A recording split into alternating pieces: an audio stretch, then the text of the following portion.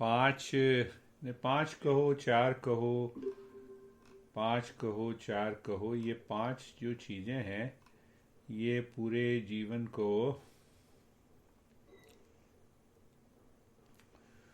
पूरे जीवन को दुखदाई बनाती हैं। पहला ये है कि अगर उल्टे से शुरू करें, पतंजलि कहते हैं कि अभिनिवेश, अभिनिवेश के बाद पहले है अस्मिता, अस्मिता से पहले है राग द्वेष, और राग द्वेष से पहले है अविद्या।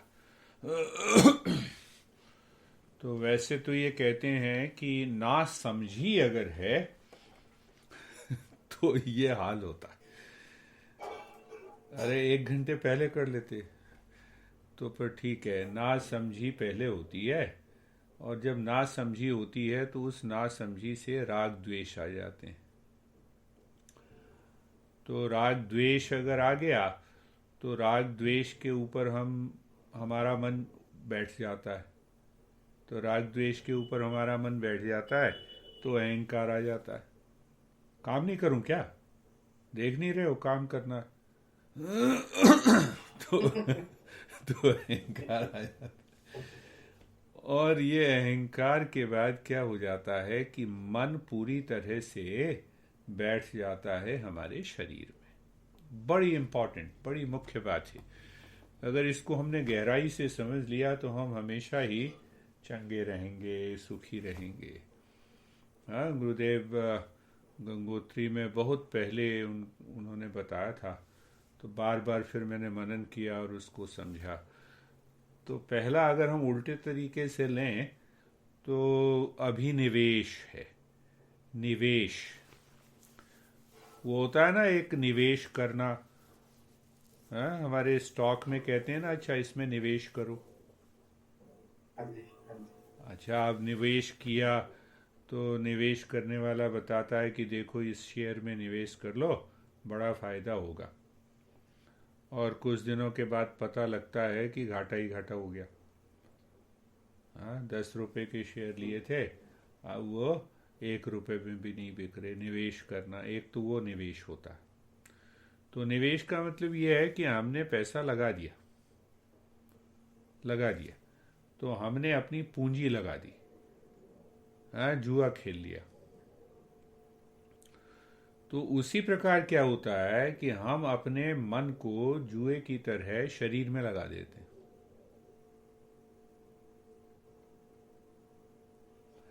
तो मन क्या होता है कि मन पूरी तरह से शरीर में बैठ जाता है। अब जैसे उदाहरण लो कि कार खरीदी, अब कार से बड़ा प्यार हो गया, अब हमारा मन जो है कार में ही बैठा हुआ 24 घंटे। और एक उदाहरण देते हैं हमारे पुराणों में, तुमने सुना होगा कि इस राक्षस की जान जो है वो तोते में। तो राक्षस को मारो तो मरता नहीं है, तो बाद में पता लगता है कि जान तो उसने तोते में डाली है। तो हमने तोता ढूंढ लिया और तोते की गर्दन मरोड़ दी, तो राक्षस भी मर गया। तो देखो हमारे जो शास्त्र हैं, इतने सारे शास्त्र हैं, पुराण हैं, उपनिषद है जी, उपनिषद, पुराण, स्मृति, यो सूत्र, तो मंत्र, संहिता, आरण्यक, उसमें सब में अलग अलग तरीके से बात बताई गई। तो अब ये देखो, ये तीनों उदाहरण से ये देखो कि क्या मेरा मन शरीर के अंदर पूरी तरह से बैठ गया है। मेरी जान जो है वो शरीर की हो गई है। तो ये अभिनिवेश है, इसी को कहते हैं अभिनिवेश।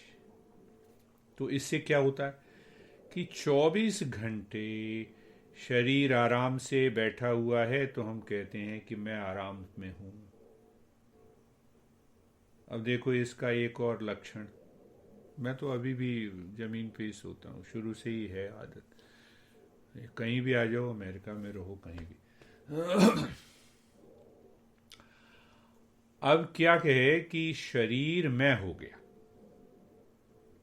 हर एक काम में मैं शरीर हूं, शरीर मेरा है। थोड़ी सी भी चोट शरीर में लगी तो कई लोग हाय तौबा करने लगते हैं, दुखी हो जाते।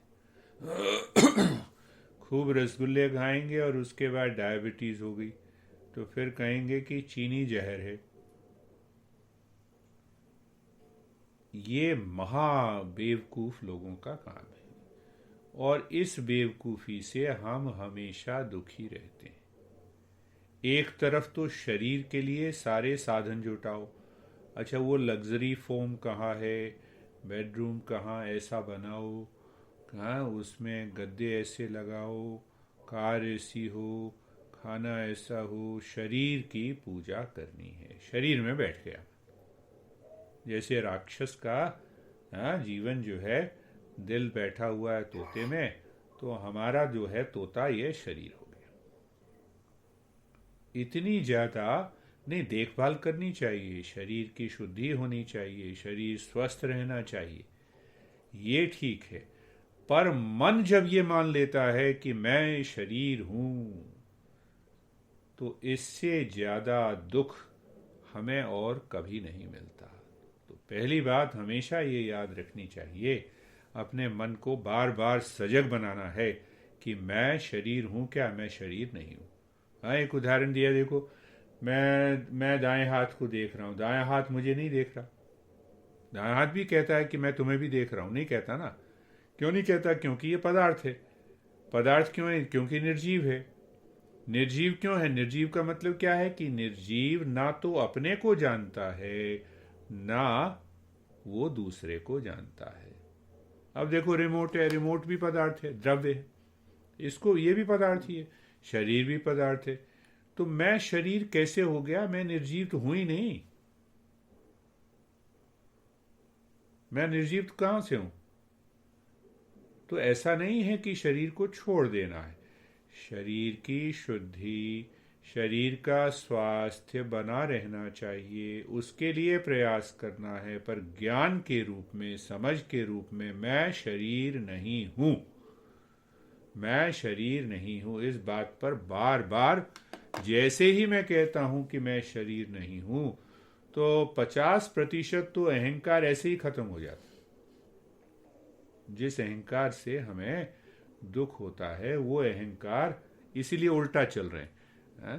पतंजलि ने कहा है अविद्या, अस्मिता, राग, द्वेष, अभिनिवेश। अभिनिवेश का मतलब कि शरीर में मन पूरी तरह बैठकर डिक्लेयर कर दिया कि मैं शरीर हूं।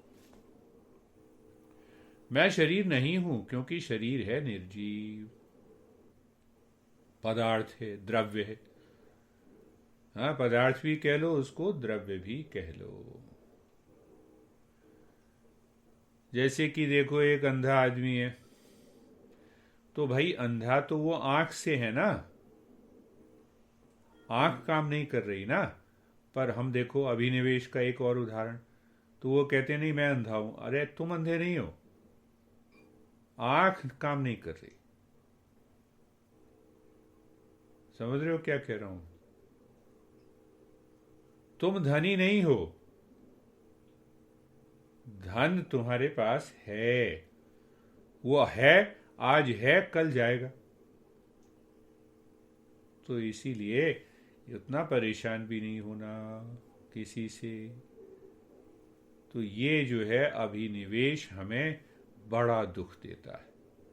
छोटी सी भी चोट लग जाए तो हमें लगता है कि बस अब हम चले गए, बीमार हो गए तो हम चले गए, पता नहीं क्या हो जाएगा। फीवर हो गया तो कुछ नहीं होगा, जो होना है वो हमारे पुराने कर्मों से होगा। पर इसका मतलब ये नहीं है कि बीमार हैं तो हम देखें हमें क्या करना है, पूरा इलाज भी करवाएं, पर बेचैन ना हो, मन के अंदर उसको नहीं लेना है।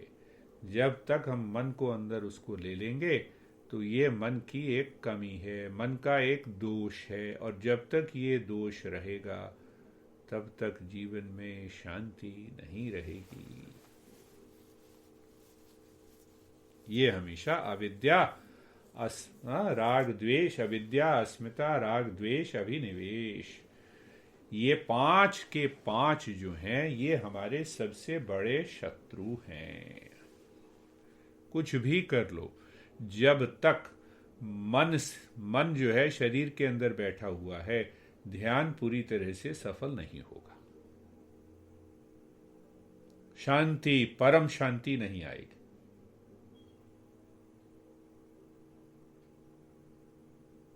ये बात याद रखनी है। तो निवेश की बात हमने की, देखो निवेश कर दिया तो हमारे मन ने अपने पूरे जीवन का निवेश शरीर में कर दिया, इसी का नाम अभिनिवेश है। हमने जुआ खेल लिया।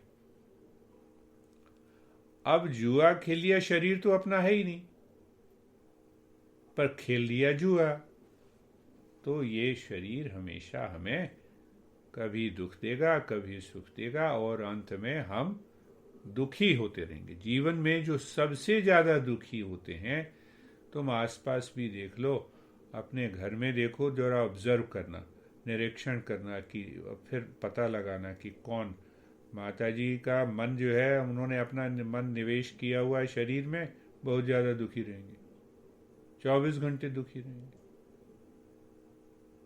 तो अपने कारण दुखी हैं वो, दूसरे के कारण दुखी नहीं है।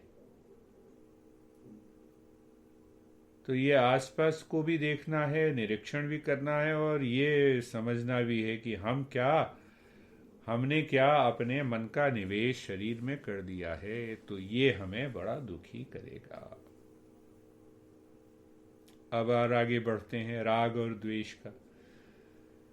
तो मन में विचार हो, भाव हो, बातचीत हो, कर्म हो, जो हमें क्या कहते हैं, जो हमें किसी व्यक्ति, वस्तु, स्थान से बांध देते हैं, हमें अच्छा लगने लगता है, इसको कहते हैं राग, और हमें बुरा लगता है, उसको कहते हैं हम द्वेष। एक को राग कहते हैं, एक को द्वेष कहते हैं। अब इसमें और समझना है, जैसे कई बार कहते हैं ना, एक नजर में प्यार हो गया, एक नजर में प्यार हो गया, फिर एक नजर में प्यार हो गया। तो जिनको एक नजर में प्यार हो जाता है, बाद में वो बड़े दुखी होते हैं, क्योंकि वो अटैचमेंट है, वो राग है, वे राग अंत में द्वेष में ले जाता है। अब इसको एक ढंग से और समझें कि देखो, पेंडुलम है, राग, मन यहाँ पर है, राग हुआ तो मन यहाँ पर आ गया, तो अब ये तो छूटेगा ना, छूटेगा तो फिर पेंडुलम अपने आप ही दूसरी तरफ जाएगा, द्वेष, फिर राग, फिर द्वेष, फिर दुख, फिर सुख। ये 24 घंटे हम अपने जीवन में इसी आपाधापी में लगे रहते हैं। अरे पत्नी नाराज होगी, होने दो नाराज, पर हमने ये देखना है कि हम बिल्कुल सही हैं। पति नाराज हो गया, हमने ये देखना है कि हमने विवेक से काम लिया है या नहीं लिया, ये ज्यादा देखना जरूरी है। तो राग द्वेष, तो ये दो चीजें हो गई, राग द्वेष। सबसे पहले अभिनिवेश, और अभिनिवेश जब मन शरीर में बैठ जाता है, तब जाके ये राग द्वेष फिर आने लग गए। राग द्वेष हमारे मन को अशुद्ध कर देते हैं, इसी को हम कहते हैं मन की अशुद्धि। हमने कितनी बार चर्चा की ना कि मन की अशुद्धि है, मन अशुद्ध है, जब तक मन स्पष्ट नहीं होगा। तो मन शरीर के अंदर बैठा हुआ, पहली अशुद्धि, मन के अंदर राग द्वेष है, तो ये दूसरी अशुद्धि। ये हो गई दूसरी अशुद्धि। तो राग द्वेष। एक और बात हमें ध्यान रखनी है कि मन अगर राग द्वेष और अभिनिवेश से मुक्त है, तो क्या होगा, मन तुम्हारा 24 घंटे खाली रहेगा, प्रसन्नता रहेगी, चीयरफुलनेस रहेगी, मस्ती में रहोगे। तो इसकी का नाम मन की अशुद्धि है और मन की शुद्धि है। अब तीसरी बात को, चौथी बात को ले लेते हैं राग द्वेष के बाद, अहंकार को। अविद्या स्मिता राग द्वेष अभिनिवेश पंच क्लेशः। तो व्यावहारिक जीवन में देखना है, ये नहीं कि हम ध्यान करते समय ही हम राग द्वेष को देखें 24 घंटे। तो मान लो कि 24 घंटे तुमने राग द्वेष और अभिनिवेश के प्रति सजगता रखी, मन खाली है बिल्कुल, और अब ध्यान में बैठे, तो उसी दिन ध्यान पूरी तरह से सफल हो जाए, सफल हो गया बस। फिर ऐसी स्थिति मन की आ जाएगी कि मन जो है अब प्रसन्नता को छोड़ना नहीं चाहता, बाहर किसी राग द्वेष को नहीं पकड़ेगा, बाहर अभिनिवेश की स्थिति नहीं रही। ऐसी अवस्था आ जाती है मन की। तो इसी मन की इसी अवस्था को ही हम कहते हैं कि अब वे मन जो है ध्यान में मन लगने लगा, ध्यान में सफलता की ओर हम बढ़ गए। अब आते हैं अहंकार के ऊपर। अहंकार, तो अहम हो गया मैं और उसका आकार। तो हम ना आकार कैसे बनाते हैं, मैं बड़ा हूं, मैं धनी हूं। हाँ, बहुत से लोग अहंकार बनाते हैं मैं बेवकूफ हूं, वो भी अहंकार वो भी अहंकार है। कई लोग अहंकार बनाते हैं, एक देवी जी थी आजकल यहीं पे रहती हैं, नाम नहीं लूंगा, सीए करके वो आ गई, कहती नहीं सर मैं तो कुछ नहीं कर पाऊंगी, बड़ा पीछे पड़ा। मैंने कहा नहीं करना ही है, फिर सीए भी कर लिया, फिर यहाँ भी आ गई, फिर सिटिजन भी हो गई, फिर भूल भी गई। तो अब वो अहंकार तोड़ा मैंने, वो अहंकार भी, दोनों अहंकार तोड़ने होते हैं। मैं धनी हूँ, मैं बड़ा हूँ, मैं बड़ा सुंदर हूँ, हाँ मेरे पास बड़ा मकान है। कभी परेशान नहीं होना, दूसरा कहता है तो उससे परेशान नहीं होना। और जब हमारे मन में ये आता है तो हम अपने अहंकार को, हमने अपने मैं को जो आकार दिया है उससे हम दूर हट जाएं। खाली एक ही बात रखें कि मैं शिवोहम हूं। तुम धनी हो, मैं शिवोहम, एकदम मन के अंदर ले आए। तुम बड़े स्मार्ट हो, मैं शिवोहम हूं। तुम सुंदर हो, मैं शिवोहम हूं। या रामकृष्ण जैसे कहते थे, वो उस भाव को अपने मन के अंदर एकदम ले आना है, इंफीरियर नहीं महसूस करना है। बॉस है तो बॉस है अपनी जगह है, तुम बॉस हो, मैं शिवोहम हूं, अपने मन में। तो जिससे मन के अंदर कभी भी किसी प्रकार का इंफीरियरिटी कॉम्प्लेक्स ना आए। ना तो इंफीरियर होना है, ना सुपीरियर होना है। हम रामकृष्ण ये कहते थे, मैं माँ का सेवक हूं, मैं ईश्वर का दास हूं, दासो हम। तो हमें अपने को, अपने अहंकार को जोड़ना है ईश्वर के साथ। तो ये युक्ति है, ये भी साधना है, युक्ति भी है और ये साधना भी है। कभी भी देखो, टाउन में रहते थे, घर में लोग आते थे तो कुछ था ही नहीं, मैंने कहा नीचे बैठो, शिवो हम, दासो हम तो दासो हम हैं, शिवो हम। ऐसा भाव मन के अंदर 24 घंटे रहना चाहिए। ये अहंकार से हमें मुक्ति दिलाएगी। मेरे पास ये कार्य, धन्यवाद, मेरे पास शिव है। कभी मन के अंदर कभी ये द्वंद्व ना आए कि दूसरा व्यक्ति मेरे से स्मार्ट है तो मैं दुखी हूं, दूसरा ज्यादा सुंदर है तो मेरे पास मैं उतना सुंदर नहीं हूं, दूसरा बहुत ज्यादा धनी है तो मैं धनी नहीं हूं। ये भाव इंफीरियर का।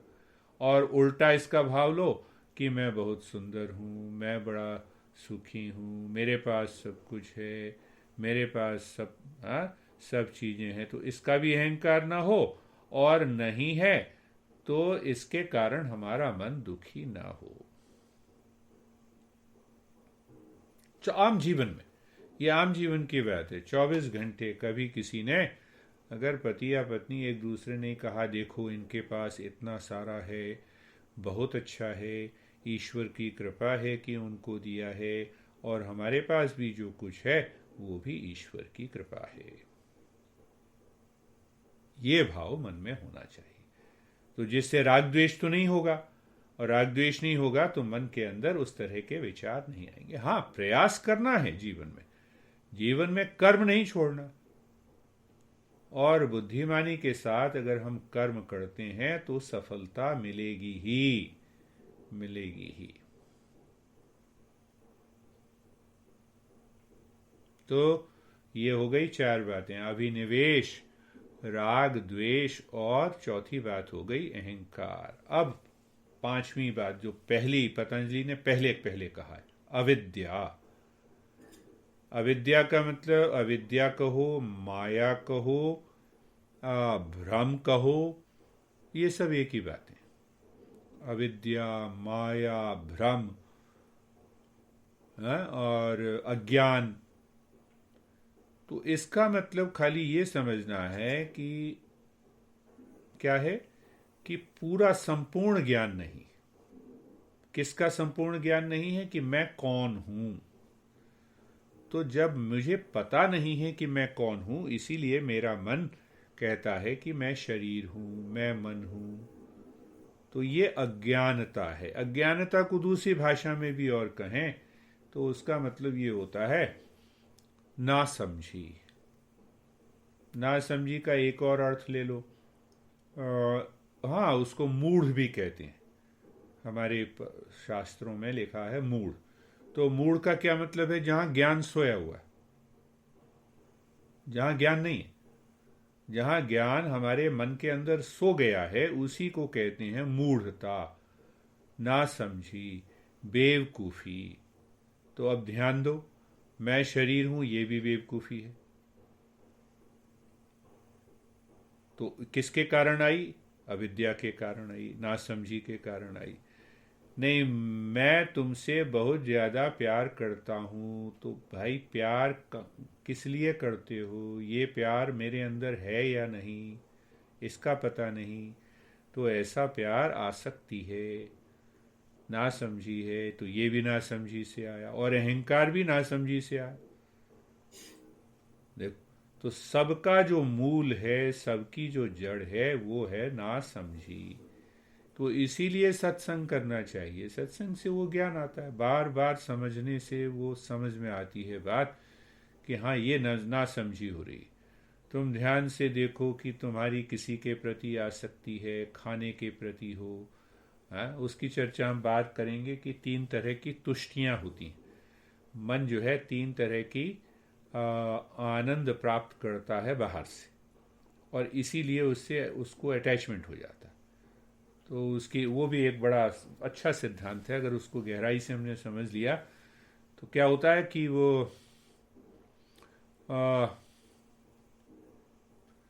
तुष्टि, तृप्ति और रति रति तो हमें क्या लगता है कि हमें बाहर की चीज़ों का भोग करने से हमें आनंद मिलता है। आनंद मिलता है, इसमें भी कोई दो राय नहीं। खाना खाने से, सेक्स से, इन सब से बड़ा आनंद मिलता है, तो उसको कहते हैं रति। और तृप्ति कहते हैं जबकि हमने कोई भोजन किया, हाँ, कोई भी भोजन, हमें जैसे डोसा हमें बड़ा अच्छा लगता है तो पसंद आया, डोसा हमने खाया तो उससे आनंद मिला, तो उस आनंद को कहते हैं तृप्ति। और तीसरे आनंद को कहते हैं तुष्टि। तुष्टि का क्या मतलब? कि मेरे पास बहुत सारा पैसा है, बड़ा मकान है, मतलब बाहर की चीज़ों को जमा करके रखना।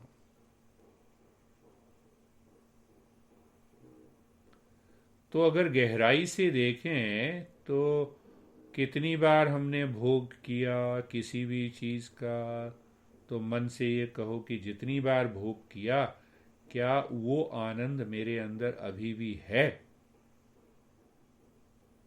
तो वो आनंद मेरे अंदर तो है नहीं। तो दूसरी तरफ देखो कि जितनी बार मैंने डोसा खाया और उस डोसे से आनंद मिला, 1000 बार खाया तो 1000 आनंद मेरे अंदर है क्या? नहीं है। आया गया। जितनी देर हमारा संबंध उस डोसे से रहा, जीभ से रहा, उतनी देर आनंद मिला, उसके बाद आनंद आया गया। उसी तरह से भोग आया गया। उसी तरह से हमने कितना भी जमा किया हो, हम बढ़िया से बढ़िया गाड़ी खरीद लें, गाड़ी खरीदने के बाद 1 हफ्ते के बाद वो आनंद भी चला जाता है। क्या इशारा है ना समझी का, कि अगर हम समझ लेते हैं ये बात, काम तो हम सब करेंगे।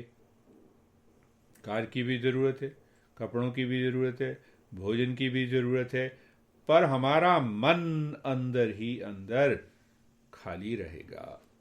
ना तो शरीर के अंदर बैठेगा, ना राग द्वेष रहेंगे, ना अहंकार रहेगा। अब ध्यान दो कि अब समझ आ गई। सुबह उठे, मन खाली है, पत्नी ने कहा कि डोसा बना रही हूँ, हाँ बिल्कुल बनाओ। दाल चावल बना रही हूँ, बहुत अच्छा। क्यों? क्योंकि अब उसमें तृप्ति नहीं है। तृप्ति किस में है? कि भोजन करेंगे, उसके कारण मेरा शरीर बना रहे, जिससे कि मैं अपने जीवन में साधना करता रहूं। अब ये भाव, अब ये भाव, तो ये भाव क्या करेगा? मन को खाली रखेगा। नहीं तो क्या होगा? डोसे में नमक कम है, मिर्च ज़्यादा है। अब मन वहीं पे लगा रहेगा। जब ये ना समझी रहती है तब मन वहीं पे लगा रहेगा। अच्छा, आज तो तुमने साथ नहीं दिया, देखो मैं तुमसे कितना प्यार करता हूँ। नहीं, प्यार करना ठीक है, पर उसमें हमें जुड़ नहीं जाना है, तो रति हो गई। ये समझ की बात, ये बार बार सत्संग से ही आती है। 26 साल गुरुदेव के साथ रहे तो भी वो बार बार बार बार समझने से पकड़ में आई। फिर सालों बीत गए, साल में एक बार जब पकड़ लिया तो मन खाली हो गया। और मन खाली रहता। तो जिसका मन बाहर की वस्तुओं को अंदर नहीं पकड़ता है, तोते की तरह भी, जैसे मैंने बात की, मेरे मन की जान किसी भी बाहर की वस्तुओं में नहीं है, तो उसका मन खाली है। और जिसका मन खाली है वो प्रसन्न रहता है, हमेशा सुखी रहता है। सुखी नहीं रहता, मन की स्वाभाविक जो स्मृति शक्ति है वो बढ़ जाएगी, तुम्हें पता भी नहीं लगेगा। और जब आप सुबह उठे, मन ने कहा ये 1 काम, 2 काम, 3 काम, 4 काम, 4 ही विचार आए, फिर अब जो करना है उसके ऊपर फोकस कर लिया, ऐसा हो जाता है। ऐसी अवस्था मन की आ जाती है। तो ये एक तरह की बात हुई, इसको ध्यान से मन में अपने बैठा के रखना है। अब ध्यान ये देना है कि जब हमारे गुरु लोग ये कहते हैं कि अभिनिवेश मन शरीर में बैठ गया, तो बैठा रहे ना, क्या नुकसान है? नुकसान बहुत है। क्या नुकसान है? कि अगर अभिनिवेश है हमारे जीवन में, हमारे मन में, तो हमेशा हमें मृत्यु का डर लगा रहेगा।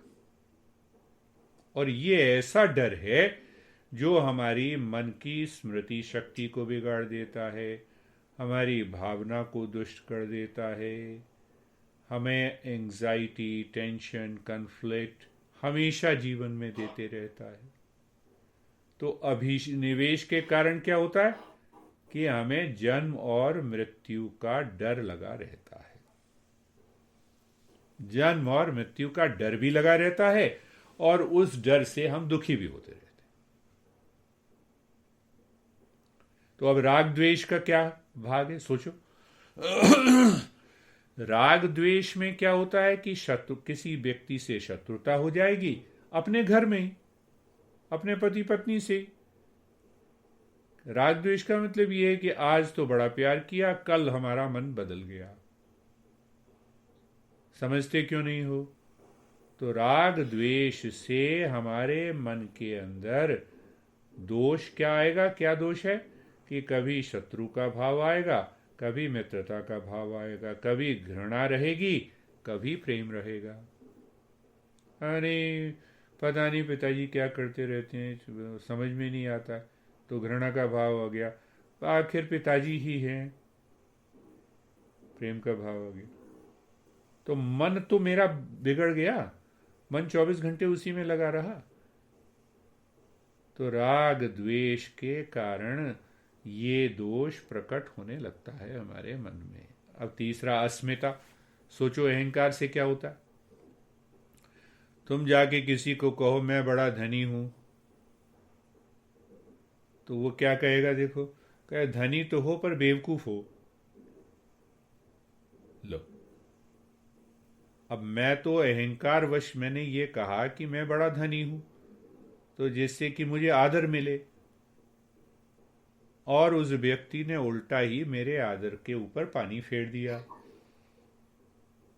तो अस्मिता का क्या डर रहता है, क्या दोष आता है कि हमें हमेशा भय लगा रहता है, डर लगा रहता है कि कोई हमारी इंसल्ट ना कर दे, और रेस्पेक्ट की चाह हमेशा बनी रहती है कि आदर हमेशा दे। पत्नी है तो वो आदर दे, पिता है तो आदर दे, घर में है, ऑफिस में है तो बॉस हमें आदर दे, इसका डर बना रहता। तो पुराने समय में पहले कई बार तुमने बातचीत की कि बॉस से मुझे ऐसा लग रहा है, इसीलिए इस टॉपिक को लिया, वो इस अस्मिता के कारण। तो पहले अभिनिवेश, फिर राग द्वेष, और फिर अस्मिता। तो अस्मिता में क्या रहता है, मन में हमेशा 24 घंटे एक तरह का भय रहेगा। पिताजी कुछ कह देंगे, ये कुछ कह देगी, अरे कुछ नहीं कहेगी, मन खाली रखो, अस्मिता को हटा के रखो। कह देगी तो हम जवाब दे देंगे जो सही। बॉस ने कुछ कहा तो जवाब दे देंगे। देखो कितना अच्छा शास्त्रों ने ये समझाया है आम जीवन में हमें रहने के लिए। जीवन में 24 घंटे शांति, अपने मन में शांति बनाए रखने का उपाय। तो क्या हुआ? अविद्या, अस्मिता, राग द्वेष, अभिनिवेश। अब बच गई अविद्या। अविद्या का मतलब वही बेवकूफी हम करने लगते हैं। कई बार हमने किसी को कुछ कहा, कोई कर्म किया और चूक हो गई तो नासमझी हुई ना।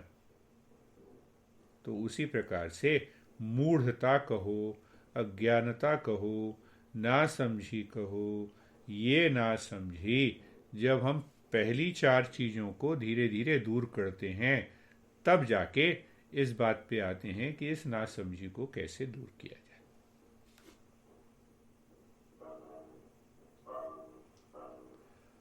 तो अब हमें उपाय भी तो जानना चाहिए कि हमने समझ लिया है ये अविद्या, अस्मिता, राग द्वेष, अभिनिवेश 5 चीजें हैं, और इनका ये दोष हैं, और इनका प्रभाव हमारे जीवन पे कैसे पड़ता है। भय बना रहता है, एंजाइटी बनी रहती है, हाँ, हमारा मन कहता है रिएक्ट हम कर देंगे, दुखी रहते हैं, एक प्रकार से 24 घंटे दुखी रहते हैं।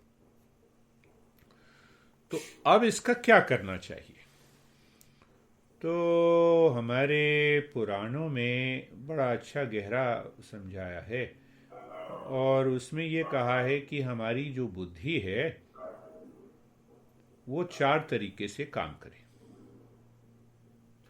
बुद्धि तो मतलब 24 घंटे उस बुद्धि पर ध्यान रखना है। तो पहली क्या कहते हैं? धर्म बुद्धि।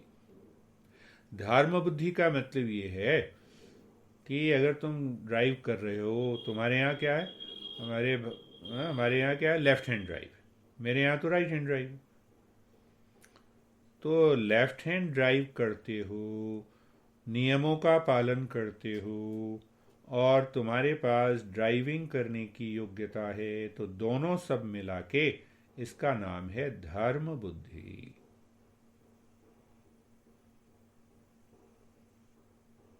अब घर में आओ, घर में पत्नी है तो पत्नी का दर्जा बराबर का होता है, तो धर्म बुद्धि क्या हुई?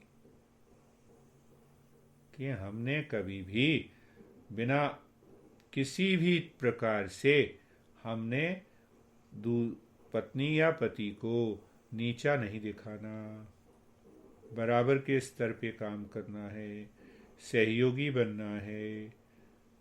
फिर यही बात धर्म बुद्धि बदल जाएगी किस में, जब हम पुत्र हैं, हम बेटे हैं, तो पिता के सामने कैसा व्यवहार करना है। खेल खेल तो हमें पता है पिता का आदर, और हमने ये देखना है कि पिता और पुत्र के बीच में जो व्यावहारिक चीज है, जो सत्य है, उसी तरह से व्यवहार करना। उसी प्रकार बॉस से, बॉस है तो हाँ ठीक है जी सर, आप सर हो, हम पैर हैं, आप सर हो। अगर हम इतना भी आदर दे देते हैं तो बॉस से हमारे संबंध ठीक रहेंगे। तो कई बार क्या होता है कि हम ये समझते हैं कि हम बॉस से ज्यादा जानते हैं। ये जानना अलग बात है, पर बाहर जीवन में व्यक्ति वस्तु स्थान से जो व्यवहार है वो व्यवहार करना अलग बात है। तो जहां पर जैसा व्यक्ति हो उससे हमें उसी तरह से व्यवहार करना। चाहे मान लो कि तुम्हारा बॉस 5 साल तुम्हारे से उम्र में छोटा है, पर है तो बॉस, है तो बॉस ना। तो हमें बॉस से उसी व्यवहार क्या है बॉस का, कि बॉस को आदर देना है, बॉस का ऑर्डर सुनना है, उसको पूरा करना है व्यवहारिक रूप से। तो हम मस्त हो गए। डर किस बात का? अरे आपने ये काम नहीं किया, नहीं ये भी कर देंगे sir, I will do it, definitely do it, I will complete it. तुम देखो ऐसा करके, sir I will do it, it's your order. तो ऐसा जब हम कर देते हैं तो एक तो मन से हमारी चिंता हट गई। तो धर्म बुद्धि इसी को कहते हैं। वो धर्म नहीं हो कि हाँ वो पानी चढ़ा दिया और राम नाम की पूजा कर ली, वो भी है, पर यहाँ पर आम जीवन में धर्म बुद्धि का एकदम ध्यान रखना है। खाली सजग रहना। किसके सामने हूँ? माता के सामने। किसके सामने हूँ? बॉस के सामने। किससे बात हो रही है? पत्नी से। किससे बातचीत हो रही है? बच्चे से। किससे बातचीत हो रही है? दोस्त से। खत्म। बस उसी तरह का व्यवहार किया और मस्त हो गए। तो इससे क्या होगा? जो अभिनिवेश है वो कट जाएगा। अभिनिवेश ही कट जाएगा। मन जो शरीर के अंदर तोते की तरह बैठा हुआ है वो खाली हो जाएगा। तुम देखोगे कि मन पूरी तरह से खाली ही खाली है। उसको कुछ करने की जरूरत ही नहीं है, कंट्रोल भी करने की जरूरत नहीं। तो ये हम प्राप्त कर सकते हैं किससे? धर्म बुद्धि से। अब आओ राग द्वेष। सोचो जरा, राग द्वेष कौन सी बुद्धि से हम प्राप्त कर सकते हैं? तो बुद्धि का प्रकार बदल गया। भाई कंप्यूटर के सामने जब बैठते हो, प्रोग्रामिंग करते हो, तो उस समय बुद्धि अलग काम करती है। खाना जब खा रहे हो तो बुद्धि अलग काम कर रही है। ड्राइव कर रहे हो तो बुद्धि अलग काम कर रही है। तो उसी तरह से हमारी 4 प्रकार की बुद्धियों का प्रयोग करना है, दूसरी बुद्धि का प्रयोग। सोचो जरा, राग द्वेष से हटना है। मुझे इस भोजन से राग है, तो मैंने विचार किया। विचार क्या किया कि क्यों राग है? क्योंकि मुझे ये पसंद है। क्यों पसंद है? क्योंकि मुझे ये प्रसन्नता देता है। तो क्या इस भोजन में प्रसन्नता है या मेरे अंदर प्रसन्नता है? तो हमने ये विवेक किया। तो जैसे ये विवेक किया, प्रतिदिन किया, बार बार किया, तो हमारा मन विरक्त हो जाएगा, अनासक्त हो जाएगा। तो इस बुद्धि को कहते हैं वैराग्य बुद्धि। ऐसा नहीं समझो कि वैराग्य जो है, जिसने गेरुए कपड़े पहन लिए वही वैरागी है। वो तो हमने देखा ही, कितने अपने आप को साधु संत कहते हैं, वो कितने बड़े वैरागी हैं, जेल में जा गए। उनको वैरागी नहीं कहते, वैरागी अपने मन से होना।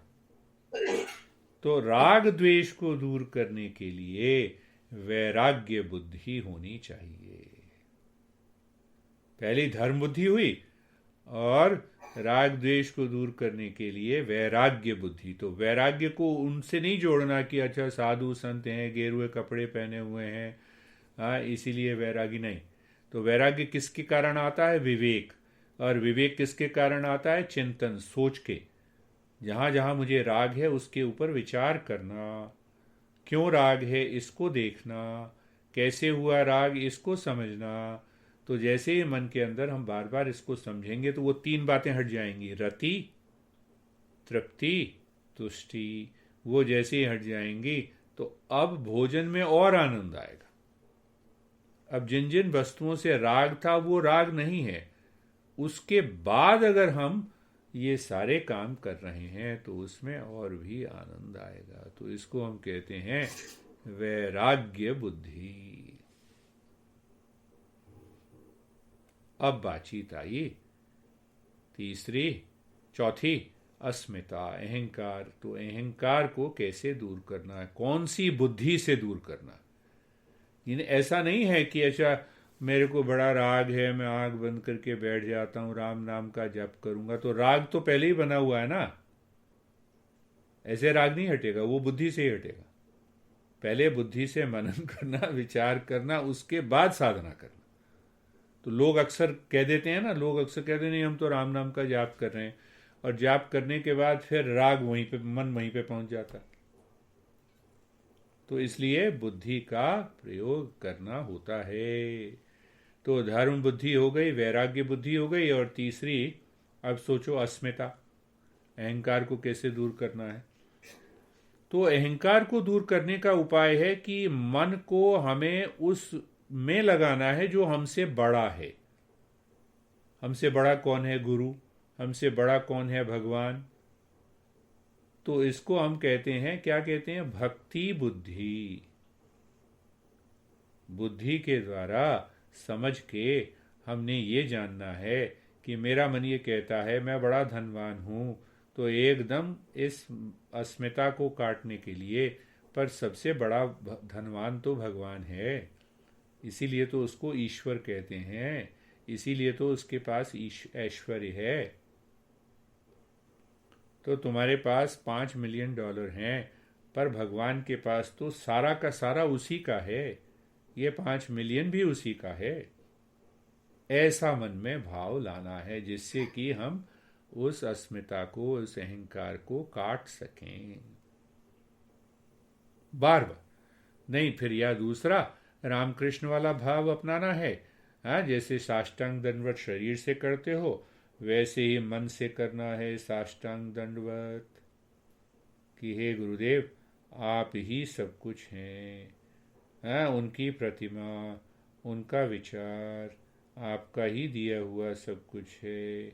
तो मैं कैसे, मेरा मन ये क्यों कह रहा है कि मैं बड़ा धनवान हो गया?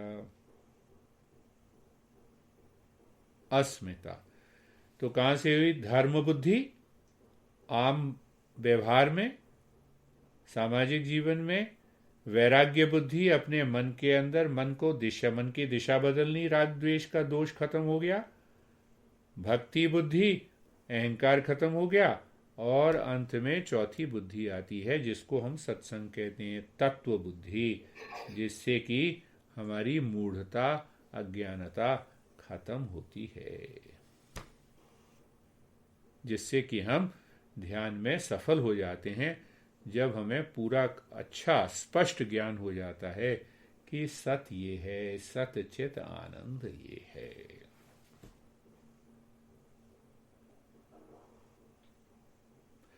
अगर हम ये देखो, तोते की जान तो तोते में पड़ी हुई है, और राक्षस जो हमारा अभिनिवेश है, अस्मिता है, राग द्वेष है, वो मेरे मन में है। तो उसको 4 प्रकार की बुद्धि से ही उसकी गर्दन मरोड़ी जा सकती है। हम ये नहीं कह सकते कि अच्छा आंख बंद करके राम नाम का जप करूंगा तब जाके राग और द्वेष ये दोष है ये दूर हो जाएगा। नहीं होगा। बुद्धि का प्रयोग करना है। बुद्धि का मतलब कि ज्ञान, ज्ञान का मतलब कि हमें समझ पैदा करनी है। तो जब हम ये समझ पैदा कर लेते हैं तब जाके हमें लगता है कि हाँ अब बात बनी। देखो, हाँ, पते की बात है नहीं है। तो अब देखो इसमें जीवन हमारे व्यावहारिक सामाजिक जीवन में, व्यावहारिक जीवन में, पारिवारिक जीवन में, व्यावसायिक जीवन में, प्रोफेशनल लाइफ में हमें धर्म बुद्धि रखनी है। धर्म बुद्धि रखनी है। राग द्वेष जब आता है तो अब उसको पहचानना कैसे? राग द्वेष कई बार हम नहीं पहचान पाते। जब भी मैं दुखी हूँ, एंग्जाइटी हूँ, रिएक्ट कर रहा हूँ, परेशान हो रहा हूँ, तो वो राग द्वेष के कारण। वैराग्य बुद्धि लानी। अहंकार है तो भक्ति की बुद्धि लानी। और नासमझी है तो तत्व बुद्धि लानी है। तो ये चारों तरह की बुद्धि का प्रयोग 24 घंटे अगर हम 3 महीने भी कर लें तो हम ध्यानस्थ हो जाते हैं। फिर ध्यान को कोई तोड़ नहीं सकता।